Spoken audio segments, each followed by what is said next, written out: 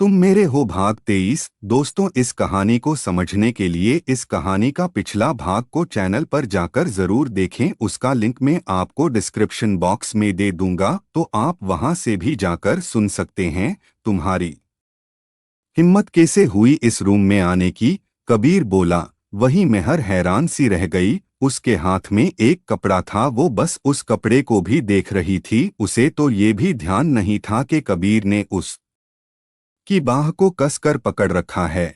मैं तुमसे कह रहा हूँ, कबीर फिर से बोला। तो मेहर का ध्यान उस पर गया। वो ये कपड़ा? मेहर कबीर को देखकर बोली तो मानो कबीर की जैसे सांसें थम गई हो।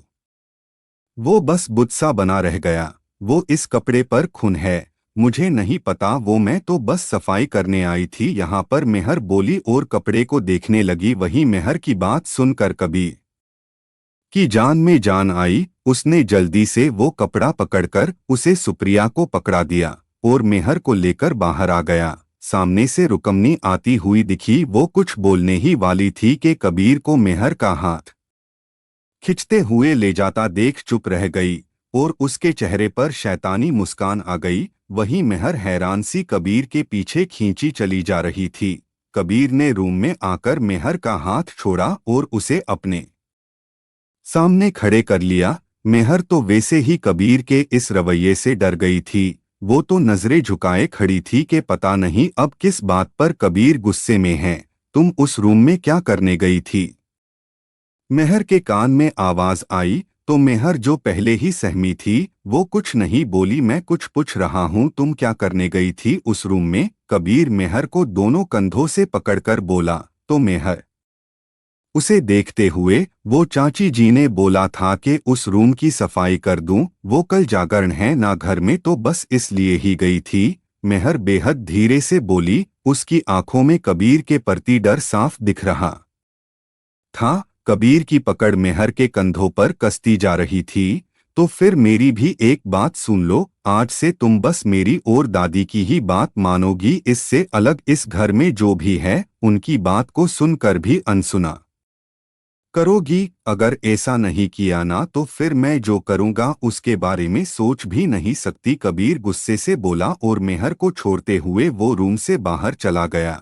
वही अभी तक रुके हुए आंसू मेहर के गालों पर आगे, क्योंकि उसके मुताबिक उसने तो कोई गलती भी नहीं की थी इस बार, जो कि सच भी था। फिर भी कबीर उसे कितना कुछ सुना गया था। वो बस उस सोफे पर बैठी रो रही थी और सच्ची यही काम वो अच्छे से करती थी। वही कबीर वापस रुकमनी के पास गया, जो हॉल में सोफे पर बैठी सेब खा रही थी। हिम्मत कैसे हुई मेहर को उस रूम में भेजने की? कबीर धीरे से पर गुस्से भरी आवाज से बोला। तो क्या हुआ? तुम्हें पूछकर ही तो भेजा था। रुकमनी बोली। तो कबीर को कुछ देर पहले रुकमनी का कबीर को पूछना याद आ गया। उसने अपनी आंखें बंद की और रुकमनी को देख कर सफाई और भी लोग कर रहे हैं, तो मेहर को क्यों भेजा? और वैसे भी जब वो रूम बंद रहता है, तो वहां क्यों भेजा उसे? कबीर गुस्से से बोला। ऊपर 2 रूम है और मैंने उसे दूसरे रूम में भेजा था, ना कि उस रूम में। तो मेरी गलती नहीं है। रुकमनी भी गुस्से में बोली। क्या हो रहा है यहाँ? दादी आते हुए बोली। ये आपका प्रिय पोता मुझे बुरा भला बोल रहा है। रुकमनी गुस्से से बोली और कबीर को डोट देखने लगी। क्या हुआ कबीर, तुम ऐसे क्यों बात कर रहे हो? दादी बोली। तो कबीर दादी को देखकर पूछिए इनसे, इन्होंने मेहर को ऊपर वाले रूम में क्यों भेजा? कबीर दादी से बोला। हाँ, उसने अपनी आवाज में नरमी लाने की कोशिश की, पर गुस्सा कहाँ जल्दी जाता उसका। तो क्या हुआ कबीर? मेहर ने सफाई ही की ना, कुछ गलत तो नहीं किया? दादी बोली। उस रूम में कोई नहीं जाता, तो मेहर को क्यों भेजा? कबीर फिर से बोला। आखिर बात क्या है? कबीर ये हवेली है, उसका भी पूरा हक है, वो जाए तो क्या हर्ज है? दादी बोली। नहीं जा सकती वो उस रूम में। कबीर इस बार अपना गुस्सा कंट्रोल नहीं कर पाया और जोर से बोला। क्यों नहीं जा सकती वो उस रूम में? दादी भी कबीर के लहजे में बोली। क्यों वो रूम का? बोलते हुए कबीर चुप कर गया। क्या कबीर, क्या कहना चाहते हो? दादी बोली। बस यही कि आज के बाद मेहर उस रूम में नहीं जाएगी। और आप ताला लगा दे उस रूम में, कबीर बोला और बाहर की तरफ चला गया। वही दादी उसे ऐसा जाता देख हैरान रह गई। उनके तो कुछ समझ नहीं आ रहा था कि आखिर ऐसा क्या हो गया जो कबीर इतने गुस्से में है। कबीर उसी समय वापस अंदर आया और रुकमनी को देखते हुए वो सीढ़ियों से होते हुए अपने रूम की तरफ चला गया। यहाँ मेहर बालकनी में कबीर को डो नजर आई। इस बार तो मैंने कुछ भी नहीं किया, फिर भी इतना गुस्सा, अब पता नहीं क्या सजा मिलेगी। पिछली बार तो गुस्से से बोली थी तो कार सीखने का फरमान सुना दिया, अब पता नहीं क्या होगा। मेहर बालकनी में बैठी बिली से बातें कर रही थी। इस बात से अनजान कबीर उसी के पीछे खड़े होकर उसकी बातें सुन रहा है। तभी बिली ने मियाँव किया, तू भी डर रही है ना? बात सुनकर तो मुझे देख मैं कितना डरती हूँगी जब वो मुझे अपनी लाल लाल आंखें देखा कर डराते हैं। मेहर फिर से बिली के सिर पर हाथ फेरते हुए बोली तो बिली फिर से मियाँव करने लगी। क्या है आज तू क्यों बोल रही है? मेहर बिली को देखकर बोली, जो मेहर के सिर की तरफ ही देख रही थी। क्या हुआ, मेरे सिर पर कुछ लगा है क्या? मेहर बोली और अपने सिर पर हाथ लगाने लगी कि उसे लगा कि पीछे कोई है। मेहर ने पीछे देखा तो देखती ही रह गई। वह धीरे से खड़ी हो गई तो बिली भी दूम दबाकर भाग गई। मेहर तो बिली को जाता ही देखती रह गई, क्योंकि अब वो भाग नहीं सकती थी। कयूक सामने कबीर खड़ा उसे ही देख रहा था और मेहर नजरें नीचे करे हुए खड़ी थी। क्या बोला? लाल आंखें है मेरी? कबीर बोला तो मेहर ने पहले हाँ और फिर ना में सिर हिलाया। तो कबीर एक कदम आगे बढ़ गया और मेहर का हाथ पकड़कर उसे अपने सीने से लगा लिया। वही मेहर हैरान सी खड़ी रह गई थी। उसे तो समझ नहीं आ रहा था कि ये सब क्या हो रहा है। और कबीर मानो कितनी चैन भरी सांस ले रहा था, जो कुछ देर पहले ये सोच कर के मेहर ने उसे देख लिया होता तो क्या होता। जो उसके दिल की धड़कनें बड़ी थी, अब वो शांत था। मेहर के हाथ हवा में ही थे और वही कबीर का एक हाथ मेहर के सिर पर और दूसरा कमर पर था। मेहर का कान कबीर के सीने पर था और वो सुन सकती थी कि कबीर की तेज धड़कनों को। पर कबीर तो इस समय बहुत सुकून में था। सर मेहर धीरे से बोली तो कबीर जैसे किसी दुनिया से बाहर आया और धीरे से मेहर से अलग हो गया। वही मेहर कबीर के छोड़ने से ही दोकदम पीछे हट गई। कल से टाइम पर तैयार हो जाना, आज मिस कर ली क्लास पर कल नहीं। कबीर जो खुद नहीं जानता था कि उसने अभी ये सब क्यों किया, वो खुद की झिझक मिटाने के लिए बोला तो मेहर ने जल्दी से हाँ में सिर हिला दिया। कबीर भी सिर हिलाते हुए सोफे पर आकर बैठ गया और अपना लैपटॉप देखने लगा। तो उसी समय सुप्रिया रूम में आई और मेहर को साथ ले गई। दादी मेहर का हाथ अपने हाथ में लिए, मुझे अभी पता चला कि कबीर ने तुमसे गुस्से से बात की, दादी बोली। तो मेहर उनको देखने लगी। वो क्या है बेटा? उस रूम से कबीर की यादें हैं, कुछ कड़वी और कुछ मीठी, पर कड़वी यादें हमेशा ज्यादा चुभती है। तो बस इसलिए वो उस रूम में किसी को जाने नहीं देता। उसने तो कहा था कि ताला लगा दे, पर मैं ही नहीं मानी तो उसकी बातों का गुस्सा मत माना कर। वो दिल से बुरा नहीं है, बस कुछ साल पहले हुए हादसे ने उसे ऐसा बना दिया। दादी मेहर के सिर पर हाथ रखकर, बस गुस्सा बहुत जल्दी आता है उसे, दादी बोली। तो मेहर मन कि मन गुस्साना, गुस्से का भवंडर आता है और सब कुछ तहस नहस करके चला चला जाता है। मेहर मन में बोली। वही कबीर का मन रूम में नहीं लगा तो उठकर वो भी उसी रूम में चला गया और अंदर से रूम बंद कर लिया। उसी कपड़े को जो मेहर के हाथ में था उसे खींच दिया तो उसके पीछे से एक तस्वीर सामने आई जो बहुत बड़ी थी और किसी और की नहीं, करण की थी। बहुत जल्द करण, बहुत जल्द तेरे और मेहर के गुनहगार को सजा मिलेगो, और इतनी भयंकर कि वो खुद अपनी मौत की भीख मांगेगा। बस आज अगर मेहर तुम्हें देख लेती तो पता नहीं वो क्या करती। कबीर के चेहरे पर अजीब सा डर आ गया था। बात करते हुए वो तो सोच रही है कि तुम्हें सजा हुई है, पर उसे क्या पता कि मेरे भाई ने क्या किया। खुद तो अपनी जान ले गया, साथ में मम्मी पापा को भी ले गया। काश करण एक बार बात मान ली होती तो आज हम सब साथ होते। कबीर उस तस्वीर को हाथ लगाते हुए बोला, और उसकी शुरुआत हो चुकी है। बहुत जल्द सब सही होगा, बस उसके बाद मैं खुद मेहर को सब बता दूंगा, और उसका जो फैसला होगा वो मुझे मंजूर होगा। कबीर बोला और फिर रूम से बाहर चला गया। रात का समय था। मेहर अपने रूम में टहल रही थी और बार बार घड़ी देख रही थी, मानो किसी का इंतजार कर रही हो। कुछ की देर में कबीर रूम में आया तो मेहर को देखने लगा। वही मेहर इस बात से अनजान के कबीर रूम में आ गया है और उसे ही देख रहा है। वो चक्कर पर चक्कर काटे जा रही थी। क्या हुआ, ऐसे घूम रही हो? कबीर मेहर को देखकर बोला और सोफे पर बैठ गया। तो वही मेहर जैसे होश में आई और कबीर को देखने लगी। फिर उसके पास जाकर, मुझे माफ कर दो, वो सुबह जो भी हुआ मेरी गलती की वजह से हुआ। चाची जी ने तो दूसरे कमरे में जाने को कहा था, पर मैं ही उस रूम में चली गई, मेहर बोली। तो कबीर उसे देखने लगा। अच्छा, अब पता चला कि दूसरे रूम में जाना था? कबीर बोला, हाँ, वो चाची ने अभी बताया था मुझे। मेहर नजरें नीचे करे हुए बोली, ठीक है, आगे से ध्यान रखना। कबीर बोला तो मेहर हैरानगी से उसे देखने लगी। वो चाची ने अभी बताया था मुझे। मेहर नजरें नीचे करे हुए बोली, ठीक है, आगे से ध्यान रखना। कबीर बोला तो मेहर हैरानगी से उसे देखने लगी। कुछ और भी कहना है क्या? कबीर मेहर को देखकर बोला। तो मेहर, जिसका मुंह इस बात से ही खुला था कि कबीर इतनी आसानी से कैसे बोल गया, वो कबीर की बात सुनकर हाँ हुआ। वो कुछ और भी बात करनी थी।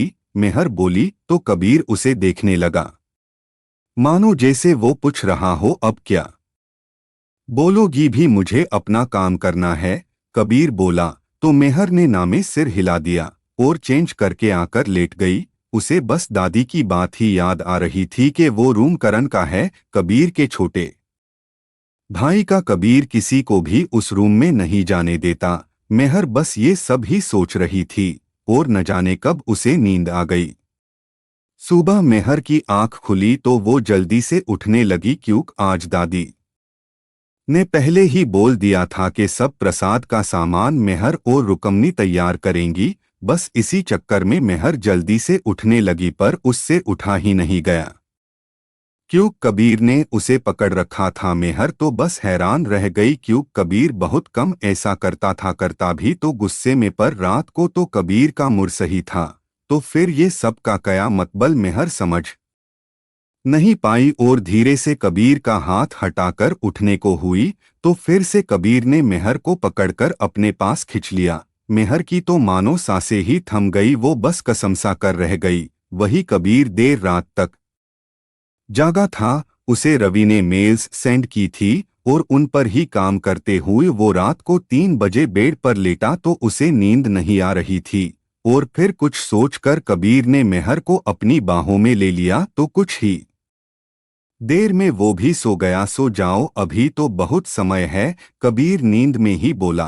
तो मेहर हैरान सी उसे देख रही थी। इस समय मेहर और कबीर दोनों ही एक दूसरे के बहुत पास थे। मेहर तो बस खुद को छुड़ाने की कोशिश कर रही थी, पर वो जितना हाथ हटाती कबीर की पकड़ उतनी ही कसती जाती। मेहर को कबीर की सांसें अपने चेहरे पर महसूस हो रही थी। वही कबीर को भी अपने चेहरे पर कुछ गर्म गर्म सा महसूस हो रहा था। नींद में ही उसने आंखें खोल कर देखा तो मेहर का चेहरा देखा और नींद में भी कबीर के चेहरे पर स्माइल आ गई और वो धीरे धीरे और आगे आने लगा। वही मेहर कबीर को डोट अपनी तरफ आता देख उसे दूर करने लगी। मेहर के दोनों हाथ कबीर के सीने पर थे और लगातार वो उसे पीछे की तरफ धकेल रही थी। सर, आप क्या कर रहे हैं? आखिर मेहर की रुआसी आवाज़ कबीर के कानों में पड़ी तो कबीर ने अपनी आंखें खोलकर देखा मेहर का चेहरा, जो एकदम डर से पीला पड़ चुका था, आंखों में आंसू, और कबीर को पीछे करने की कोशिश कर रही थी।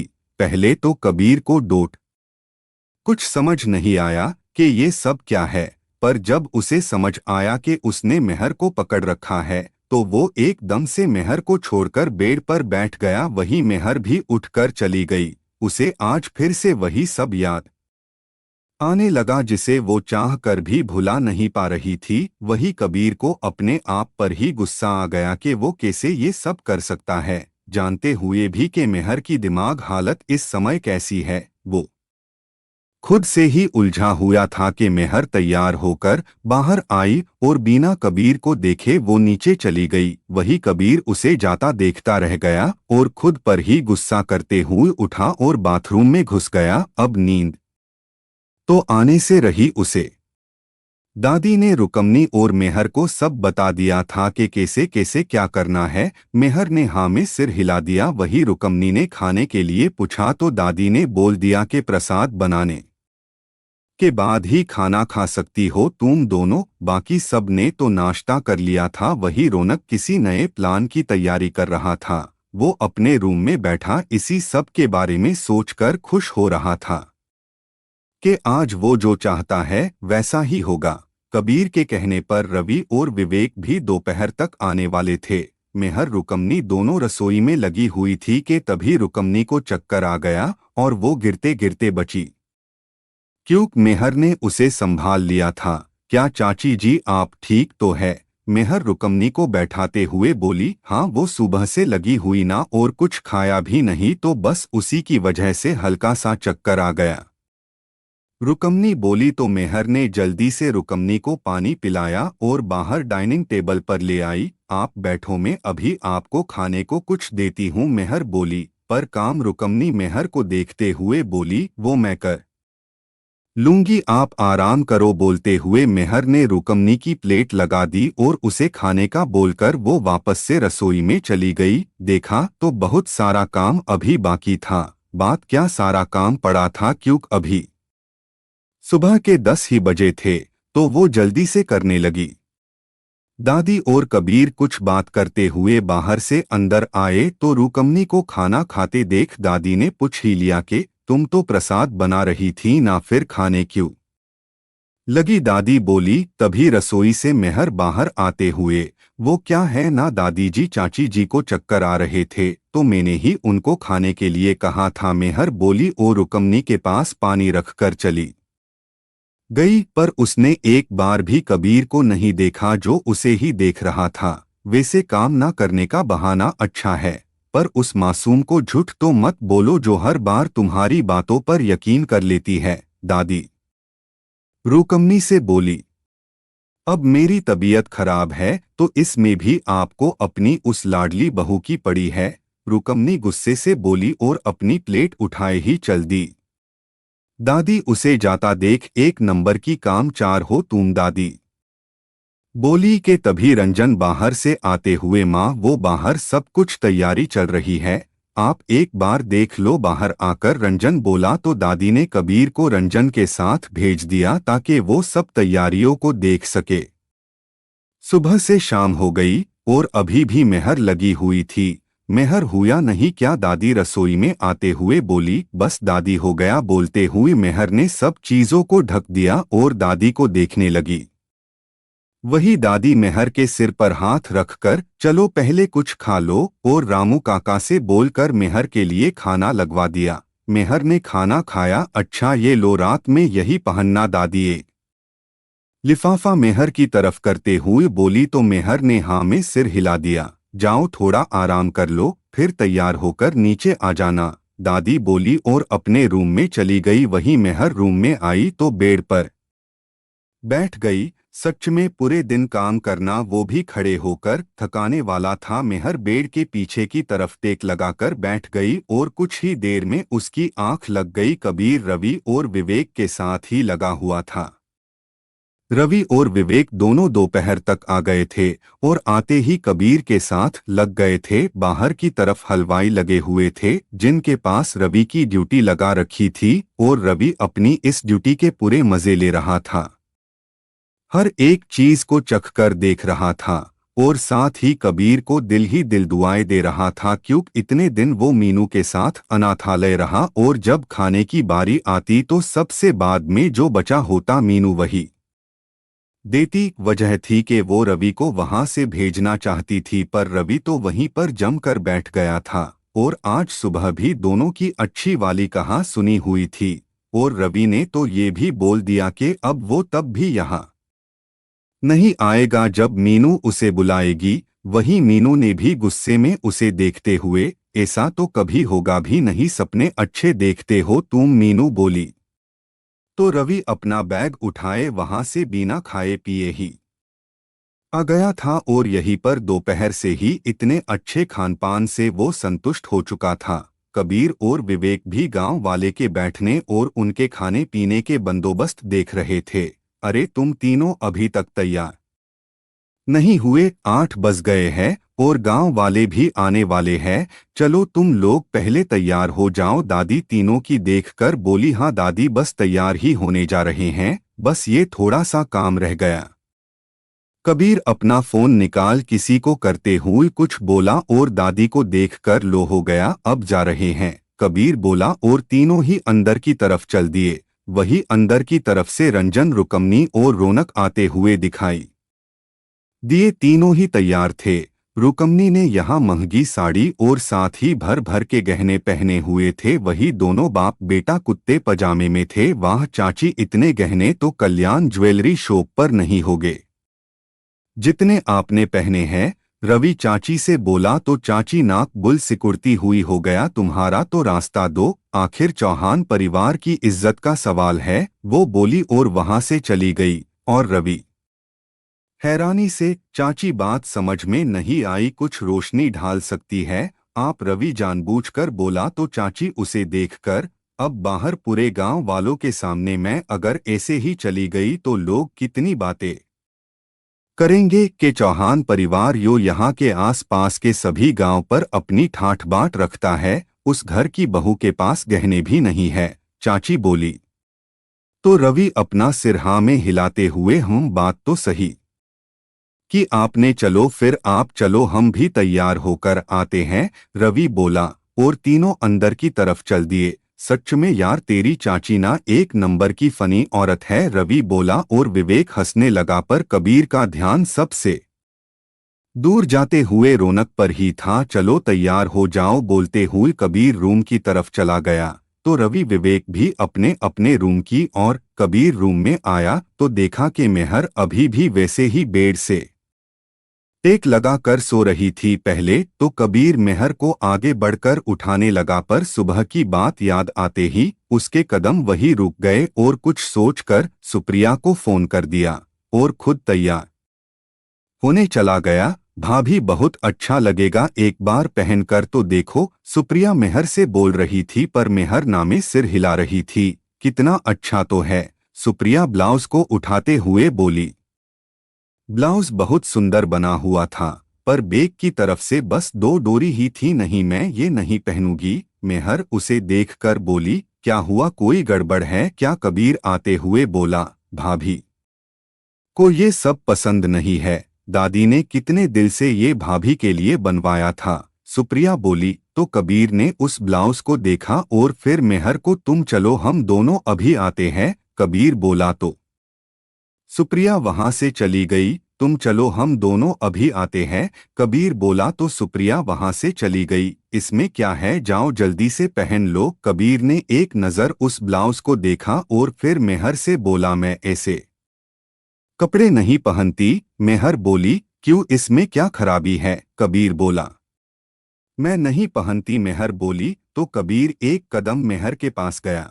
क्यों नहीं पहनती हो, जा ये मेरे सामने ही नाटक करती हो? कबीर बोला। जे सब बोलते समय उसने अपने हाथों की मुठियां कस रखी थी। वो ही जानता था कि वो कैसे ये सब बोल रहा है, पर एकदम से मेहर से अच्छे से बात करके वो मेहर को जे बताना नहीं चाहता था कि कबीर उसके बारे में सब जानता है। देखिए सर, मैं नहीं पहनती तो नहीं पहनती, आपको जो सोचना है सोच लो, और वैसे भी मैं किसी की सोच को नहीं बदल सकती, मेहर बोली। तो कबीर हैरान सा उसे देखने लगा, क्योंकि आज पहली बार मेहर कबीर के सामने बोली थी।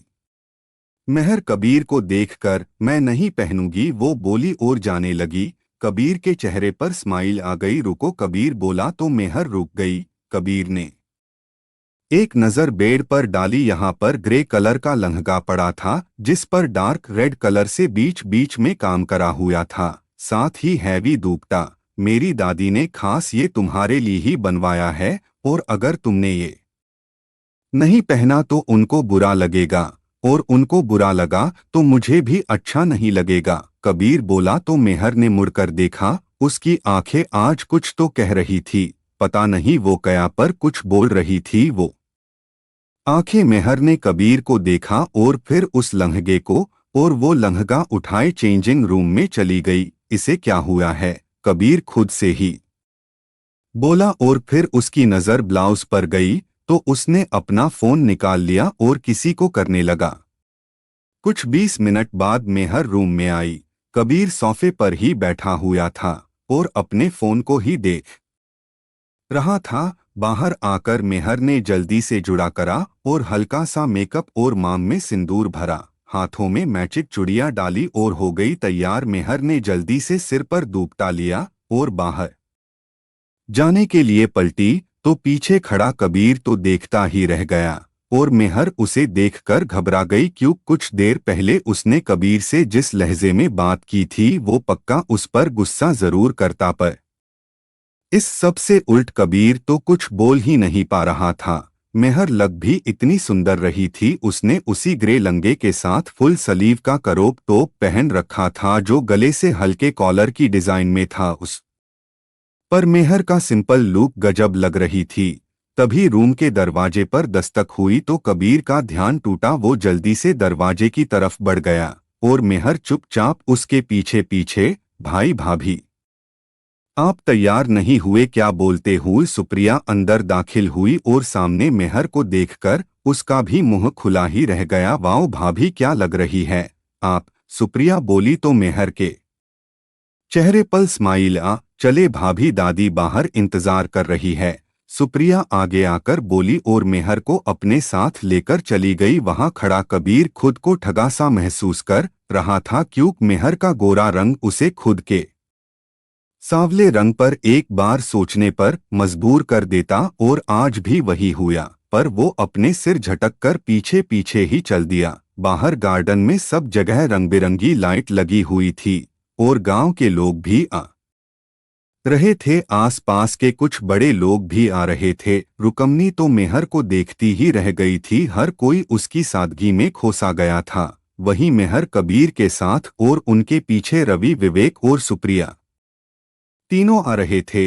मेहर कबीर सबके बीचों बीच चलते हुए दादी के पास पहुंचे और दोनों ने दादी के पैर छुए। दादी ने खूब सारे आशीर्वाद दिए दोनों को। कुछ देर बाद वहां पर माता रानी की गीत गाए जाने लगे। सब लोग वही बैठे हुए थे, पर रौनक जो सबसे अलग ही बैठा था, और एक पल के लिए भी मेहर से उसकी नजर नहीं हट रही थी। ना जाने क्यों, पर वो जितना मेहर को देख रहा था उतनी ही मेहर उसके दिलो दिमाग में उतरी जा रही थी। मेहर मेहर, बस कुछ देर और फिर तुम और मैं, वो मन ही मन बोला, और साथ ही ये पूरा बिजनेस भी मेरा ही होगा, वो मन ही मन सोच रहा था। सब लोग बैठे हुए थे तो कबीर एक तरफ उठकर चला गया। वो मेहर के पास ही बैठा था, पर बार बार उसकी नजर मेहर पर भी जा ठहरती तो वो वहां से उठकर रवि और विवेक के पास चला गया। वो दोनों खाने में बिजी थे तो कबीर ने विवेक की प्लेट में से ही खाना शुरू कर दिया। इसे भी बुलाया है क्या, विवेक एक तरफ देखकर बोला तो देविका अपने डेड के साथ आ रही थी, जो आज बिल्कुल इंडियन ड्रेस में थी और उसके डेड जीवन कपूर के पीछे पीछे चली जा रही थी। कैसी है माँ आप, जीवन कपूर ने दादी के पैर छूते हुए कहा, तो दादी ने भी उसे खुशी खुशी गले लगा लिया और मेहर से मिलाया। सदा खुश रहो जीवन कपूर मेहर से बोले। जब मेहर ने उनके पैर छुए और देविका तो बस स्माइल करते हुए ही दादी से नमस्ते बोली। दोस्तों, कहानी कैसी लग रही है कमेंट करके अपना राय हमें ज़रूर बताइएगा, और वीडियो को लाइक करके चैनल को सब्सक्राइब कर दीजिएगा, और इस वीडियो को अपने सारे दोस्तों के साथ में शेयर ज़रूर करना।